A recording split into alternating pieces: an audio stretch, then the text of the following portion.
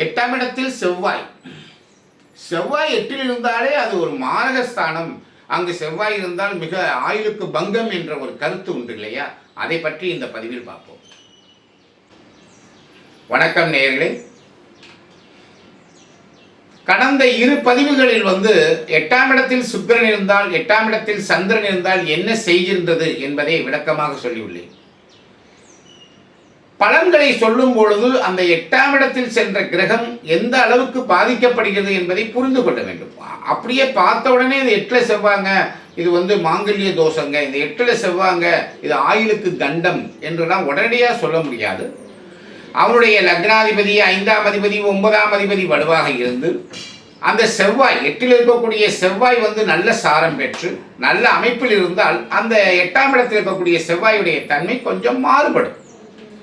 நான் இந்த 8ஆம் இடத்தில் இருக்கக்கூடிய கிரகங்களை பற்றி நான் சொல்லும் பொழுது நான் சாராவளி என்னும் நூலை கையில் எடுத்துக்கொண்டு தான் சொல்லிட்டு இருக்கேன். ஒரு உதாரணத்துக்கு ஒரு பழமையான நூலை எடுத்திருக்கேன். ஒரு 1200 வருடங்களுக்கு முன் எழுதப்பட்ட ஒரு பழமையான மிகவும் முக்கியமான அடிப்படை விதிகளை சொல்லக்கூடிய சாராவளி என்னும் நூலிலிருந்து எடுத்திருக்கேன். இதுக்கப்புறம் நிறைய நூல்கள் இருக்கு, நம்ம அதை பற்றி பிறகு பார்க்கலாம்.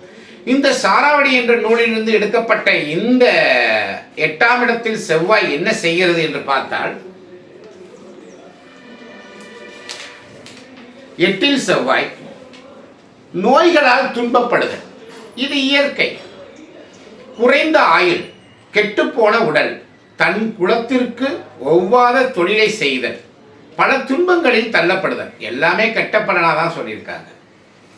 ஏன் இந்த செவ்வாய்க்கு 8ல் இருந்தால் ஒரு கெட்ட பலனை சொல்கிறார்கள் என்றால், அந்த செவ்வாய் ஒரு அதிவேகத்துக்குரியவன், காமகன் அல்லது ஒரு காம வெறி கொண்டவன். எந்த ஒரு செயலையும் அதிவேகமாக செய்யக்கூடியவன், கோபமாக செய்யக்கூடியவன், போர் வீரனாக செயல்படக்கூடியவன். இவன் போய் 8ல் மறைந்தான். மறைந்து அப்படின்னு சொல்லக்கூடாது, 8ஆம் இடத்துக்கு சென்றான். ஏன்னா மறைந்தால்னாலே அது மறைந்து போதல் அப்படின்னு அர்த்தத்தில் வரும். அது மறைந்தல் அப்படின்னு சொல்லவே தேவையில்லை. மறைக்கப்பட்டு சொல்ல வேண்டிய விஷயம், மறைக்கப்பட்டு சொல்ல வேண்டிய விஷயம், அவ்வளவுதான். அப்போ 8ஆம் இடத்தில் செவ்வாய் இருந்தால் ஒரு அதிவேகத்துக்குரியவன், போர்க்காரகன், போர் வீரன், அவன் போய் 8ல் போய் அழிந்து விட்டான் என்றால், உள்ள போய் மாட்டிக்கிட்டான் அப்படின்னா அவன் என்ன நடக்குது? அவனால் எந்த ஒரு செயலையும் செய்ய முடியாமல் போகிறான். அதிவேகமாக செயல்பட முடியவில்லை. ஒரு காம உணர்வு உள்ளவனாக இருந்தால் என்ன, காமுகனாக இருந்தால் என்ன நடக்கும்? அவன் 8ஆம் இடத்தில் போய் செவ்வாய் இருந்தால் தேவையற்ற உடல் உறவுகளை ஏற்படுத்தி கொண்டு நோய்களை ஏற்படுத்திக் கொள்வான். ஆயுள் குறையக்கூடிய அளவுக்கு நோய்களை ஏற்படுத்திக் கொள்வான். அதிவேகமாக செயல்படக்கூடிய அந்த செவ்வாய் 8ஆம் இடத்துக்கு செல்லும் பொழுது அதிவேகத்தில் செயல்பட முடியாததால் அவன் மிகவும் மனவேதனை அடைவான். தன்னுடைய குலத்திற்கு மாறுபட்ட தொழில் செய்வான் என்றால், செவ்வாய் எந்த ஒரு விஷயத்தையுமே முன்னாடி நின்று செய்யணும். சூரியனுக்கு அடுத்தவன் செவ்வாய் தானே, சூரியனுக்கு அடுத்தவன் செவ்வாய் தான், தளபதியே செவ்வாய் தான். அந்த செவ்வாய் எதையும் செய்வதாக இருந்தால் அதிவேகமாக செய்ய வேண்டும் என்ற எண்ணத்தில் தான் போவான். அவன் 8ல் இருக்கும் பொழுது மற்றவர்களுக்கு தெரியாத, மற்றவர்களால் உணர்ந்து கொள்ள முடியாத, மற்றவர்கள் புரிந்து கொள்ள முடியாத தொழில்களை செய்வார்கள். இந்த கடத்தல், இந்த கள்ளக்கடத்தல், இந்த கஞ்சா, தேவையற்ற பொருட்களை வெளிநாட்டிலிருந்தோ உள்நாட்டிலிருந்தோ கடத்தி கொண்டு வந்து மற்றவர்களுக்கு தெரியாமல் கடத்தி கொண்டு வந்து விற்பது அப்படின்னு ஒரு விஷயம் இருக்கும் இல்லையா? இதெல்லாம் ஒரு செவ்வாய் அதிவேகத்துக்குரியவன் அப்படி போய் செய்வான் 8ல். அப்பனா இந்த ஜாதகத்தில் 8ஆம் இடத்தில் செவ்வாய் உள்ளவர்கள் தான் இதை தான் செய்வாங்களா சார், இப்படி தான் செய்வாங்களான்னு கேட்டிங்கன்னா சத்தியமாக கிடையாது. அப்படிலாம் செய்ய மாட்டாங்க. அப்படின்னா ஜோதிடம் பொய்யா? அதுவும் கிடையாது. ஏன்னு கேட்டால், இந்த 8ல் செவ்வாய் இருந்தால் இந்த காரகத்தை, இந்த வேலையை செய்வான் வேணா சொல்லலாமே ஒழிய, அவனுடைய லக்னாதிபதி ரொம்ப முக்கியம். லக்னம் எவ்வாறு செயல்படுகிறது, லக்னத்தில் உள்ள கிரகங்கள் எவ்வாறு செயல்படுகிறது, 9ஆம் இடம் எவ்வாறு இருக்கு, அந்த 9ஆம் இடத்தில் இருக்கக்கூடிய கிரகம் என்ன வேலை செய்யுது, 9ல் இருக்கக்கூடிய கிரகம் எந்த அளவுக்கு வேலை செய்கிறதோ அந்த அளவுக்கு அவன் ஒழுக்கமாக இருப்பான். 9ஆம் இடத்தில் ஒரு கிரகம் இருந்து கொண்டு என்ன வேலை செய்கிறதோ அதன்படி அவனுடைய ஒழுக்க நெறி இருக்கும். 5ஆம் இடம் இந்த 1, 5, 9 இவங்கெல்லாம் நல்லா இருந்தாங்கன்னா 8ல் இருக்கக்கூடிய செவ்வாயும் அதிகமாக பாதிக்கப்படாது. அது மட்டுமல்ல, அந்த 8ஆம் இடத்தில் இருக்கக்கூடிய செவ்வாய் நல்ல சாரம் பெற்று நல்ல நட்சத்திரத்துடன் செயல்படும் பொழுது அவனும் ரொம்ப பாதிக்க மாட்டான். ஒரு சில பேர் என்ன சொல்லுவாங்கன்னா, அந்த 8ஆம் இடத்தில் இருக்கக்கூடிய செவ்வாய் மாங்கல்ய தோஷம். பார்த்த உடனே சொல்லக்கூடிய முதல் வார்த்தை அதுதான், மாங்கல்ய தோஷம்.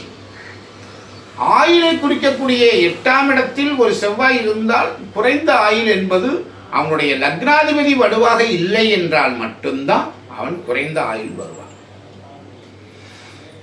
மீண்டும் நல்லா புரிஞ்சுக்கணும், 8ல் செவ்வாய் இருந்தாலே அவனுக்கு குறைந்த ஆயுள்னு எடுத்துக்க கூடாது. சரிங்க ஐயா, ஒரு பெண்ணுக்கு 8ல் செவ்வாய் இருக்கு, ஒரு பெண்ணுக்கு 8ல் செவ்வாய் இருக்கு. அப்போ அந்த பெண்ணுக்கு கணவனுடைய ஆயுள் குறைந்து விடும். ஏன்னா அந்த பெண்ணுடைய லக்னத்துக்கு 7ஆம் இடத்தை கணவனுடைய ஜாதகமாக எடுத்துக்கொண்டு, அந்த கணவனுடைய 7ஆம் இடத்துக்கு 2ஆம் இடத்தை மாரகாதிபதியாக எடுத்துக்கொண்டு அங்கு செவ்வாய் இருக்கும் பொழுது அவன் மரணம் அடைவான் என்ற கருத்தில் இது சொல்லப்படுது.